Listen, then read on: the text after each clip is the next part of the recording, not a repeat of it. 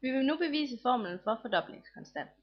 Formlen for fordoblingskonstanten er udtrykt ved T2 lige med log af 2 divideret med log af a. For at bevise fordoblingskonstanten, så er vi nødt til at tegne en eksponentiel udvikling ind i et koordinatsystem, som vi ser her. Fordoblingskonstanten er den x-værdi, der skal til, før du får en fordobling af y-værdi. Vi indsætter nu det første punkt i vores koordinatsystem, som er 0,b. Det er det punkt, vi tager udgangspunkt i. For at finde fordoblingskonstanten, så er vi nødt til at gå 2 gange b op af y-aksen, fordi at det er jo trods alt en fordobling af b, så vi skal sætte det næste punkt bliver altså 2 gange b. Vi går nu ud til der, hvor den rammer grafen, til det punkt, og går så ned på x-aksen for at aflæse T2, altså fordoblingskonstanten.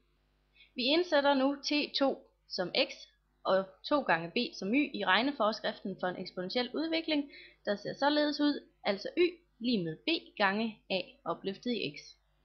Vi får nu en ligning, der hedder 2 gange b lige med b gange a opløftet i T2.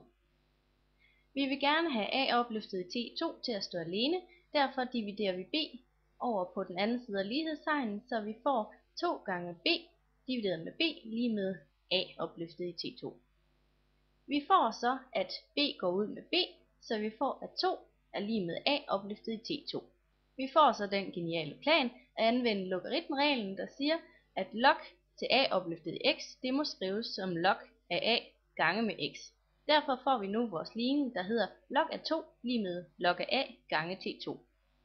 Vi vil gerne have T2 til at stå for sig selv på den ene side af lighedstegnen, derfor ganger vi nu vi dividerer nu log af a over på den anden side af lighedstegnen, så vi får en ligning, der hedder T2 lige med log af 2 divideret med log af a.